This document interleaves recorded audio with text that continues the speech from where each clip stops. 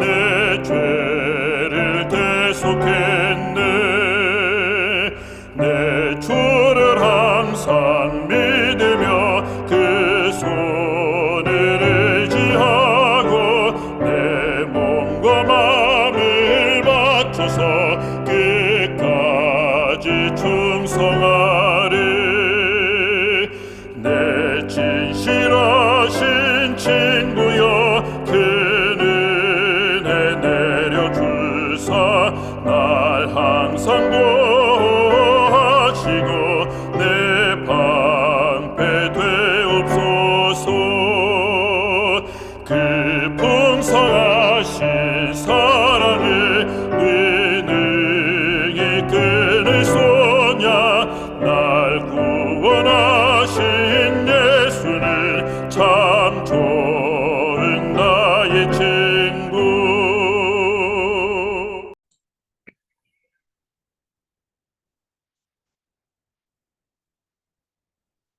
행복한 안식일입니다. 오늘 말씀은 성소론 중에 번제단과 뜰입니다. 소제목은 삶의 중심이신 그리스도입니다. 오늘 이 말씀을 통해서 저와 여러분들이 예수님을 꼭 만나게 되기를 간절히 바라겠습니다. 먼저 하나님의 말씀 출애굽기 27장 1절로 3절에 있는 말씀 제가 읽도록 하겠습니다. 너는 조각목으로 장이 5규빗, 광이 5규빗의 단을 만들되 네모 반듯하게 하며 고는 3규빗으로 하고 그 네모 퉁이 위에 뿔을 만들되 그 뿔이 그것에 연하게 하고 그 단을 노수로 쌀찌며 재를 담는 통과 부삽과 대야와 고기 갈고리와 불 옮기는 그릇을 만들 때 단의 그릇을 다 노스로 만들지며. 오늘 우리가 살펴볼 것은 동쪽 문으로 들어와서 제일 처음에 만나는 곳 번제단입니다. 그리고 이 번제단과 물두멍이 있는 뜰을 살펴보고 촛대의 등대의 기름을 살펴보게 될 것입니다. 중심이 바로 잡힌 사람은 확실할 것입니다. 무엇을 하든지 작은 일이든 큰 일이든 확실할 것입니다. 기업이나 조직체에서도 마찬가지입니다. 확실한 중심이 되는 목표가 있거나 마음의 중심이 있는 사람, 혹은 그 조직 내에 중심이 되는 아주 확고한 리더가 있다고 한다면 정말 흔들리지 아니하고 좋은 결과와 좋은 효과를 나타낼 것입니다. 성소에 두 중심이 있는데 하나는 번제단이요, 하나는 법궤, 지성소의 법궤입니다. 우리 그리스도인들에게 있어서 삶의 중심을 나타내는 귀한 기별이 이 두 성소의 두 중심 속에서 우리도 찾아볼 수 있지 않을까 생각이 듭니다. 첫 번째는 번제단, 십자가입니다. 예수님의 십자가는 우리 그리스도인들의 삶의 첫 번째 중심입니다. 또한 또 하나의 중심은 하나님의 임재, 죄를 속하시고 그리고 법궤를 통해서 하나님의 말씀을 일깨우는 하나님의 임재를 경험하는 곳인 이 지성소의 법궤가 또 하나의 중심입니다. 이렇게 십자가를 만나고 십자가의 예수님을 만나고 또 법궤의 가운데에 임하시는 하나님을 우리는 만나게 되는 것입니다. 우리 번제단의 모형을 한번 다른 각도에서 한번 살펴본 그림들이 있어서 이렇게 소개합니다. 양측에 들을 수 있는 대화, 그리고 사각의 모퉁이에 뿔이 있습니다. 멀리서 본 광경이죠. 이렇게 드립니다. 그리고 제사장이 와서 이 죄인과 안수한 이 제물을 통해서 이 제물을 하나님께 희생 제물로 드리는 것입니다. 우리가 앞에서도 언급했듯이 번제단은 분명 예수님의 십자가를 상징합니다. 예수님의 온전한 희생, 그분의 돌아가심, 그분의 죽으심, 그리고 하나님의 사랑을 나타내는 온전한 예수님을 드러내는 곳이 번제단입니다. 그리고 이 번제단이 속한 뜰에는 이 가운데에 이 번제단을 지나서 바로 성소에 들어가기 전에 물두멍이 있습니다. 그곳에서 제사장들이 정결케 하는 손을 씻거나 하는 장소인 물두멍이 있습니다.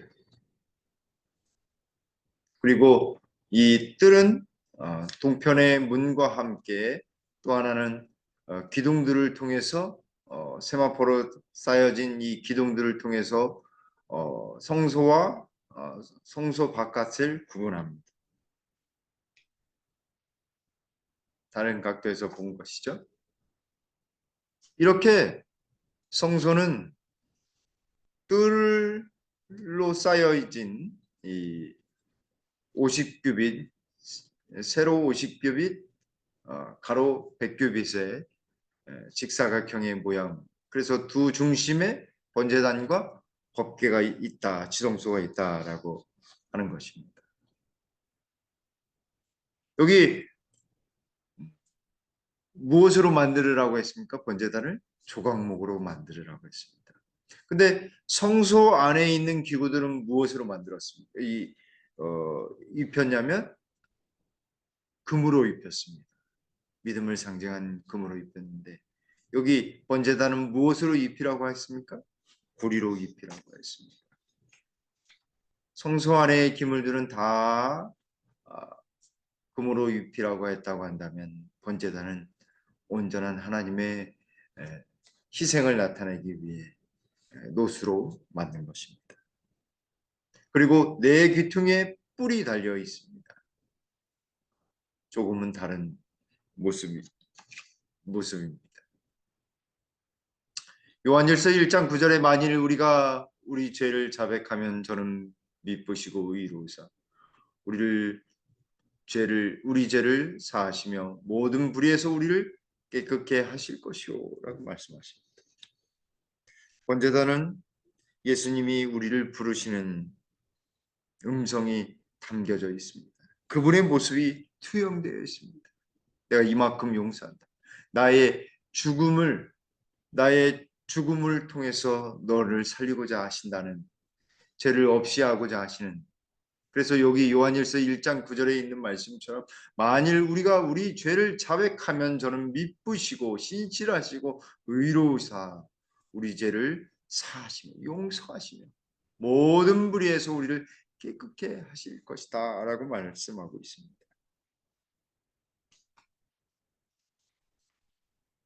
왜 예수님이 돌아가셔야만 했을까요? 아담과 하와가 죄를 범함으로 모든 인류가 죄의 결과 아래, 죄가 의미하는 하나님의 법을 불순종하고 불법을 저지름으로 인해서 법이 담고 있던, 법을 어기게 되면 받아야 할 이 죄의 결과와 그 진노를 우리 예수님이 어떻게 하실 것인지를 표상적으로 보여주는 것이 번제단이다라고 할 수 있습니다. 그래서 여기 로마서 4장 15절에 율법은 진노를 이루게 하나니 율법이 없는 곳에는 범법도 없느니라. 법이 진노를 이룬다라고 하는 것입니다. 왜냐하면 법을 어기면 그만한 대가를 치러야 하는 것이기 때문에 그렇습니다. 하나님의 법은 진노를, 하나님의 법을 어기면 진노를 받게 되는 것입니다. 요한일서 3장 6절에 그 안에 거하는 자마다 범죄하지 아니하나니 범죄하는 자마다 그를 보지도 못하였고 그를 알지도 못하였느니라. 예수님 안에 거하는 자들은 이제 십자가를 받아들인 자에게는 범죄함이 없다라고 하는 것입니다. 왜냐하면 모든 죄가 사해졌기 때문에 그렇습니다. 또한 예수님은 여기 베드로전서 1장 19절에 있는 말씀처럼 오직 그 먹고 점없는 어린 양 같은 그리스도의 보배로운 피로 한 것이니라 라고 말씀하셨습니다. 예수님은 흠먹고 점없는 어린 양이셨습니다. 구약의 어린 양이셨습니다. 아, 하나님이 어떻게 돌아가실지, 하나님이 인간들을 대신해서 어떻게 희생을 하실지를 번제단은 우리에게 알려주고 있는 것입니다. 이것은 하늘로 가는 유일한 길인 예수님을 드러내는 것입니다. 거기는 하나님의 법을 순종하는 이들의 기쁨이 가득한, 그래서 그곳에서 성령을 체험하게 하는 놀라운 역사로 이어지게 하는 것입니다. 번제단을 통해서 예수님을 십자가를 만나고 그 다음에 물두멍에 가서 정결케 되는 씻음을 받고 또 침례 그리고 성령을 체험합니다. 그래서 여기 번제단에서의 하나님의 어린 양의 희생만이 법궤 안에 안치된 이 하나님의 율법을 범한 죄를 속할 수 있는 유일한 길이었습니다. 예수님만이 하나님의 법, 그것을 완전히 상응하는 대가를 치르실 수 있는 그 길을 우리 예수님만이 놓으신 것입니다.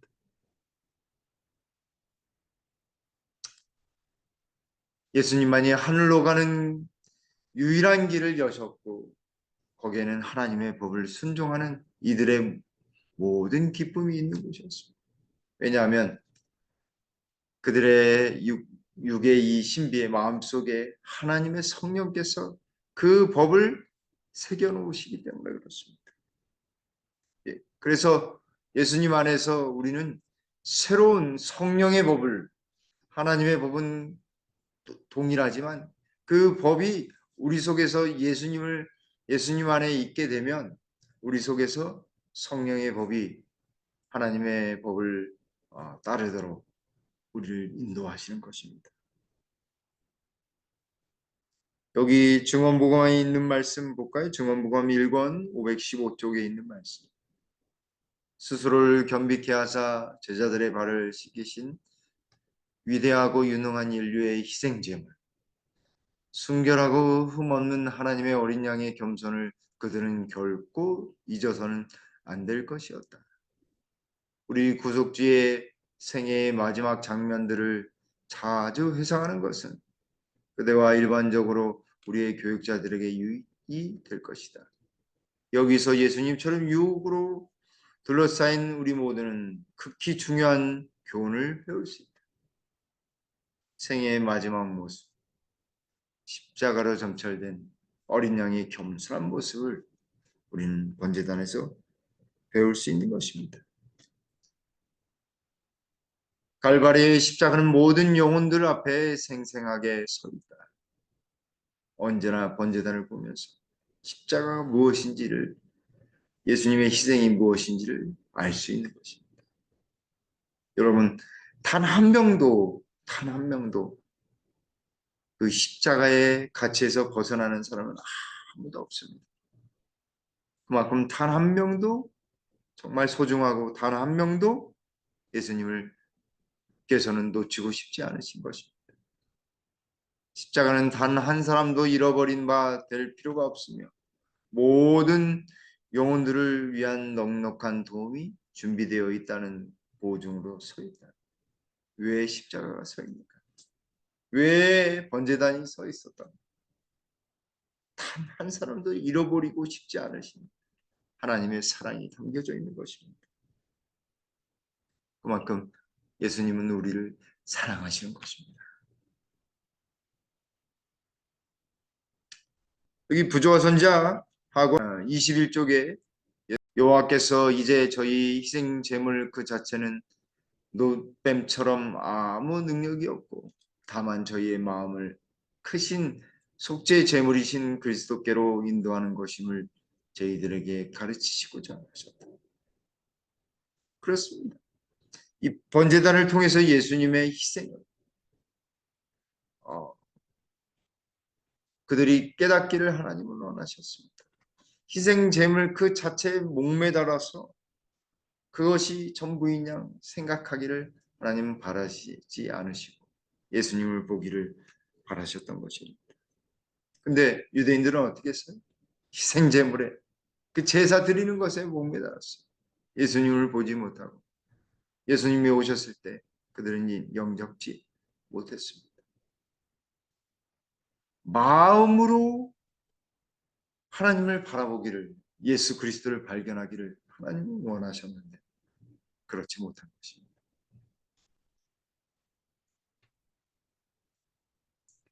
그래서 이 번제단에서 희생 제물을 드렸는데 특별히 어린 양을 드릴 때는 흠없고 1년 된 수컷으로 드리라고 말씀하셨습니다. 흠없고 점없는 1년 된 수컷. 이 흠이 없는 생명은 희생되어 져야만 했습니다. 온전히 희생되어야만 했습니다. 죄를 지은 사람이 안수 기도를 하면 그 죄가 어린 양에게 전가가 되는 것입니다. 그래서 온전히 태웠습니다. 불로 온전히 태웠습니다. 고난을 받고 온전한 죽음, 온전한 진노를 그 희생 제물인 어린 양이 그 사람을 대신해서 온전히 희생을 당하는 것입니다. 요한은 예수님에 대하여 예수님이 침례받으러 왔을 때 이렇게 했습니다. 세상 죄를 지고 가는 하나님의 어린 양이로다. 하나님의 어린 양은 누구예요? 예수 그리스도이십니다. 세상의 구주 대신 그분은 탄생 전부터 하나님에 의하여 세상의 구주로 구별된 예수님이셨습니다. 그리고 창세 이후로 죽임을 당하신 어린 양이었다고 요한계시록 13장 8절에 말씀하고 있습니다.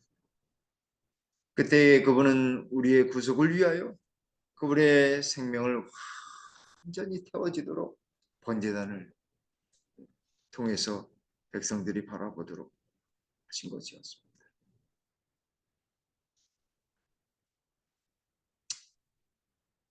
그래서 이 번제단은 금으로 쌓이지 아니하고 노수로 쌓아라고 했는데 노수는 힘과 인내를 상징하는 동시에 선고나 심판을 위했습니다. 진노를 위했습니다. 불순종에 대한 저주와 심판이 쏟아지는 곳, 그것이 바로 번제단입니다. 예수님이 돌아가실 때에 인류의 모든 죄의 이 결과, 그것이 완전히 쏟아지는 것입니다. 그곳에 불구덩이 속에 완전히 몸을 던지신 어린 양 대신 예수님을 바라보게 되는 것입니다. 그래서 노순 고난과 희생을 통한 승리를 또한 나타냅니다. 예수님이 고난을 통해 완전하게 되셨습니다. 히브리서 2장 17절로 18절 그러므로 저가 범사의 형제들과 같이 되심이 마땅합니다. 이는 하나님의 일에 자비하고 충성된 대제사장이 되어 백성의 죄를 구속하려 하십니다. 자기가 시험을 받아 고난을 당하셨은즉 시험 받는 자들을 능히 도우시느니라. 예수님은요 십자가에 달려 돌아가시고 그렇게 함으로써 대제사장이 되셔서 우리를 의 죄를 구속하심과 동시에 고난받는 자들을 시험받는 자들을 능히 도우시는 중보자이신 대제사장이 되신 것입니다. 그것이 바로 십자가를 의미하는 번제단이 우리에게 주는 교훈인 것입니다. 빌립보서 1장 29절에 그리스도를 위하여 너희에게 은혜를 주신 것은 다만 그를 믿을 뿐 아니라 또한 그를 위하여 고난도 받게 하십니다. 예수님이 우리에게 십자가를 통해서 은혜를 주신 것 같이 우리가 예수님을 믿으면 우리도 예수님과 함께 고난을 받게 되는 것입니다. 그러나 다른 이들에게는 은혜를 경험토록 하게 한 것이며 우리 자신도 예수님의 은혜 아래 경험을 하게 되는 것입니다. 시대의 소망 225쪽이 있는 말씀입니다. 하늘이 사람에게 줄 수 있는 모든 선물 중에서 그리스도와 더불어 그분의 고난에 동참하는 것이 가장 가치 있는 신임이요 가장 높은 영예인 것이다. 사랑하는 성도 여러분, 우리에게 가장 좋은 선물이 있는데 그것이 무엇일까요? 바로 예수님입니다.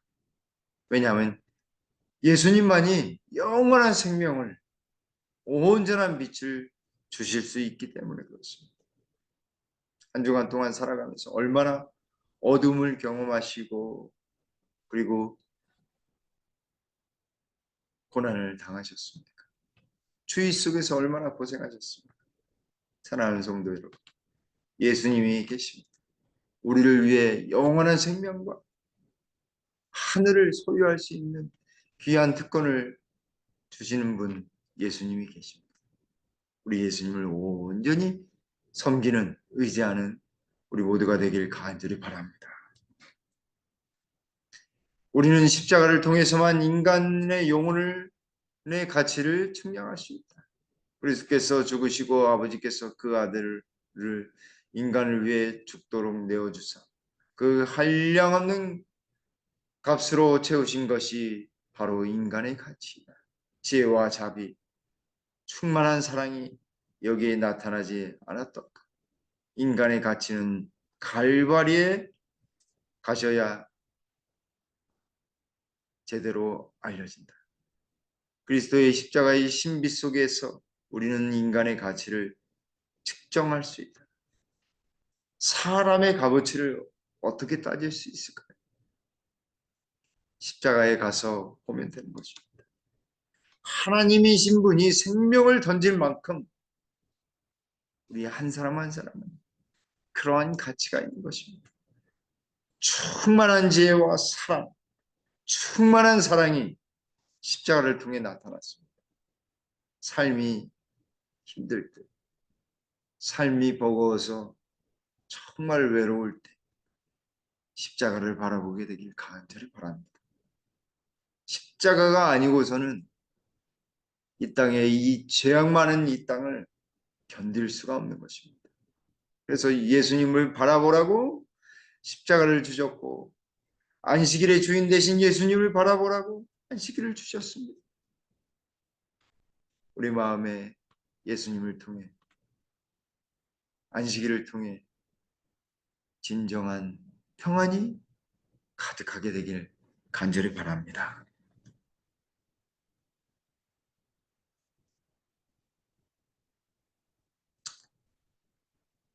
내가 그리스도와 함께 십자가에 못 박혔나니 그런즉 이제는 내가 사는 것이 아니요 오직 내 안에 그리스도께서 사는 것이라.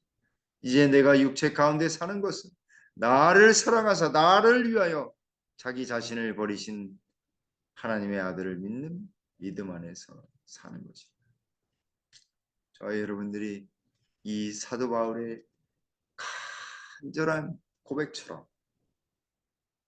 이 고백이 우리의 고백이 되기를 간절히 바라겠습니다. 두 번째는 이제 뜰입니다. 뜰은 이 세마포로 둘러싸여 있는데 기둥들이 있습니다.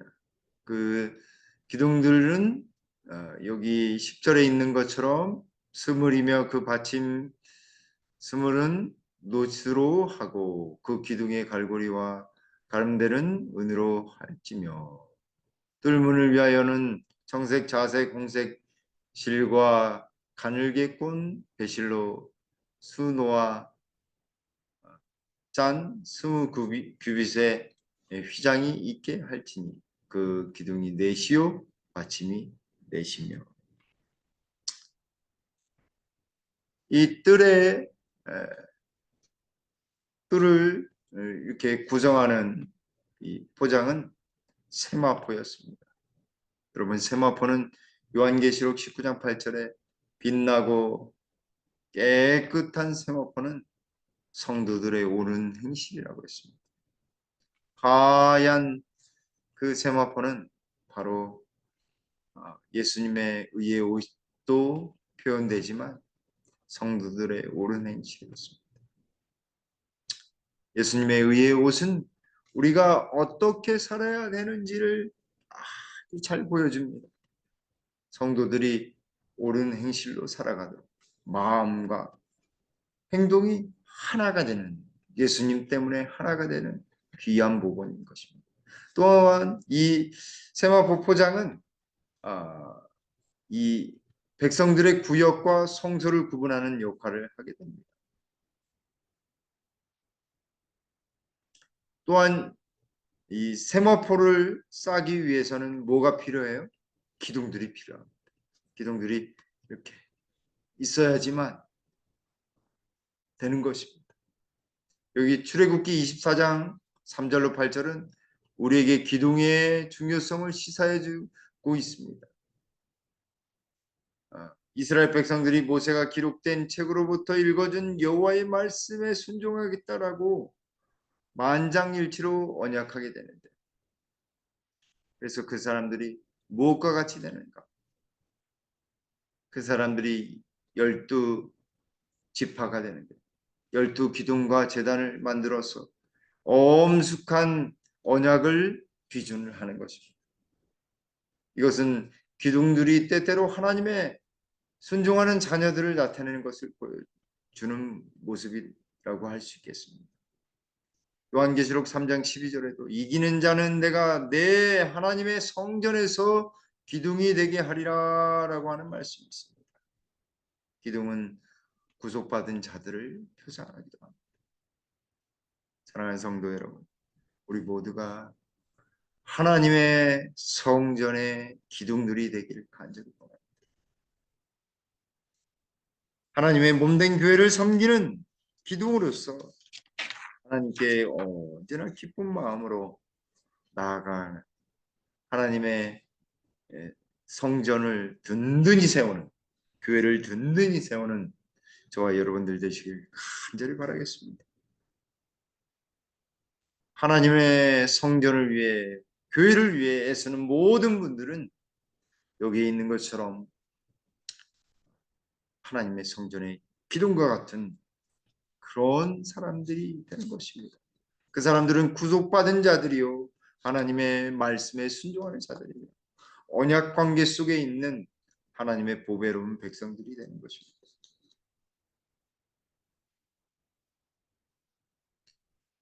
성소의 뜰은 모든 사람들에게 공개가 됩니다.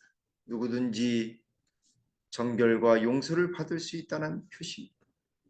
그 둘러싸여진 하얀 흰색 세마포를 볼 때, 하나님은 우리를 용서하고 계십니다. 죄인인 우리와 화목되이 조화롭게 사시기를 원하시는 하나님의 모습을 보여주는 것입니다. 유일하게 열려진 문은 동편에 나 있었습니다. 동편은 여호와 하나님께서 친히 교제하시던 동산인 에덴 동산을 상징하죠. 그곳에 제단을 두고 예배하며 용서의 장소로서 지정해 놓았습니다. 그처럼 이 성소도 동쪽에 문이 있었고 그곳에서 죄가 속하는 그리고 하나님께 예배드리고 용서의 아름다운 일이 펼쳐지는 것이 바로 뜰인 것입니다. 그러므로 이 번제단 곁에서 경험하는 많은 사람들을 죄를 속하는 그런 일들을 통해서 하나님은 의롭게 죄인들을 만들어 주신 것입니다. 의를 얻게 되는 것이죠.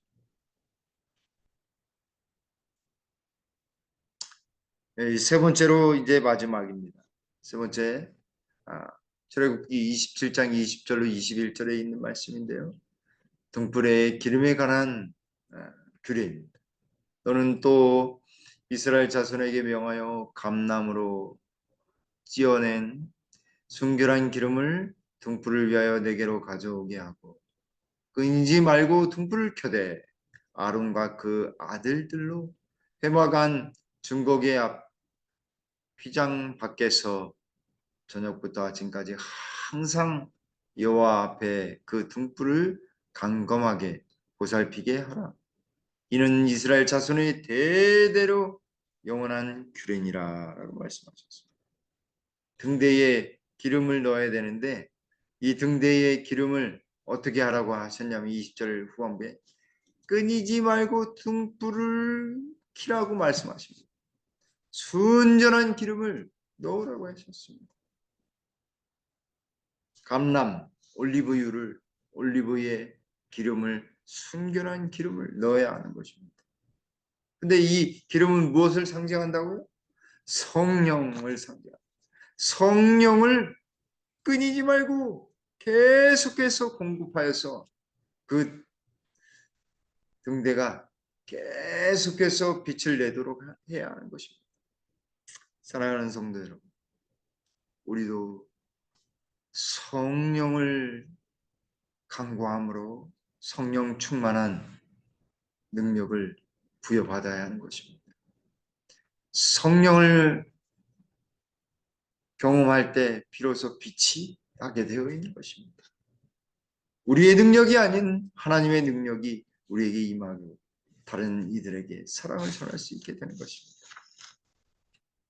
그리고 저녁부터 아침까지 항상 여호와 앞에 그 등불을 강검하게 하라 했습니다. 잘 보살펴요.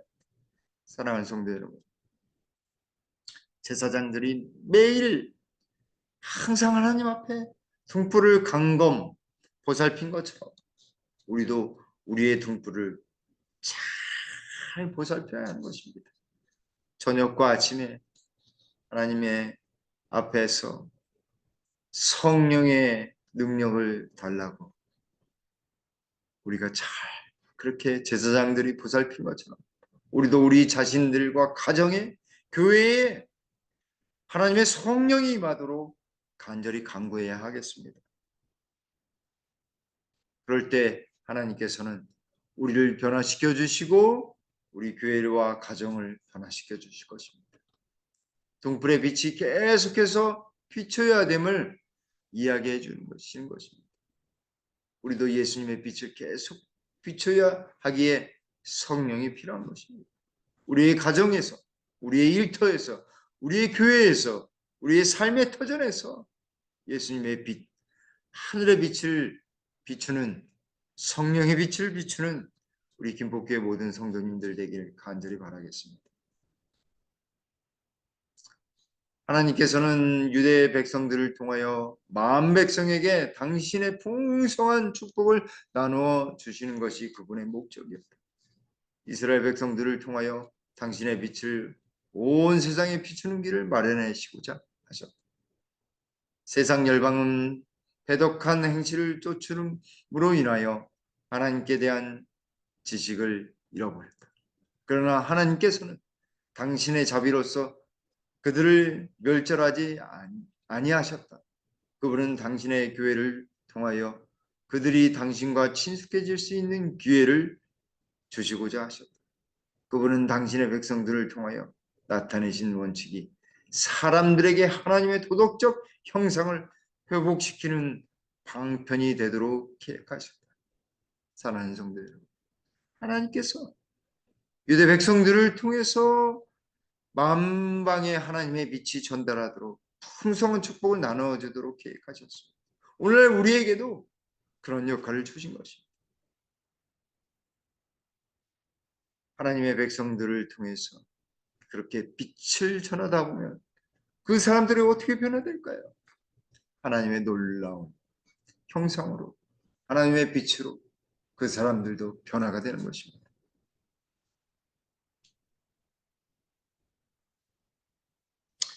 신문 편집장과 교사 그리고 장로교 목사를 지낸 이 러브조이라고 하는 사람이 있었습니다.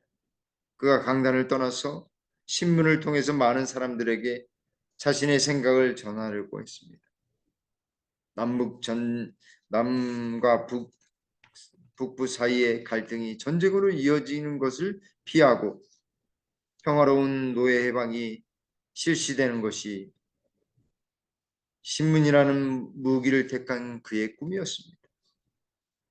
흑인이 교수형을 당하는 장면을 우연히 목격한 러브조이는 노예제도라는 인간의 지독한 범죄와 영원히 맞서 싸우기를 결심하였다. 이후로 그를 반대하는 사람들로부터 협박을 받고 생명의 위협까지도 받았지만 그는 신문사를 운영하는 일을 계속했습니다. 신문사가 습격을 받은 날도 있었습니다. 그때 그는 이렇게 이야기했습니다. 타협을 하는 게 나의 임무를 포기해야 한다는 뜻이라면 나는 결코 그럴 수 없다. 나는 사람보다 하나님을 더 두려워한다. 원한다면 나를 어찌할 수 있겠지만 나는 내 자리에서 생명을 바칠 것이다. 사실이었습니다. 사흘 뒤에 그는 어느 폭도들의 손에 의해 목숨을 잃고 말았습니다. 그를 살해하는 일에 가담한 사람들 누구도 기소당하거나 고발되지 않았고 오히려 러브조이를 옹호하는 사람들이 기소되는 사태까지 벌어졌습니다. 심지어 살인자들 가운데 엘턴시의 시장으로 뽑히는 사람들까지 있었습니다. 때문에 누구도 러브조이를 승리한 사람이라고 보지 않았습니다. 그러나 러브조이의 순교 때문에 커다란 감동을 받은 한 젊은이가 있었습니다. 그는 나중에 일리노이 주 의원에 당선되었고 결국에는 러브조이가 꿈꾸었던 세상을 만든 사람이었습니다. 러브조이라는 씨앗 때문에 열매를 맺게 된 그 젊은이의 이름은 바로 에브라임 링컨이었습니다. 사랑하는 성도들, 하늘에 미랄이 떨어져 죽으면 하늘 그대로 죽지 아니하면 하늘 그대로 있고 죽으면 많은 열매를 맺는다라고 요한복음 12장 24절에 예수님께서 말씀하셨습니다.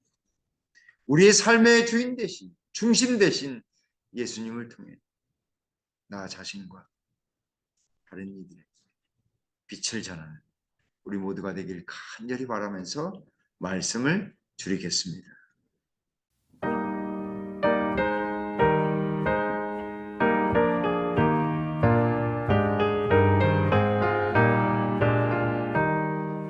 시온 성과 같은 교회 그의 영광 하나 없다. 허락하신 말씀대로 주가 친히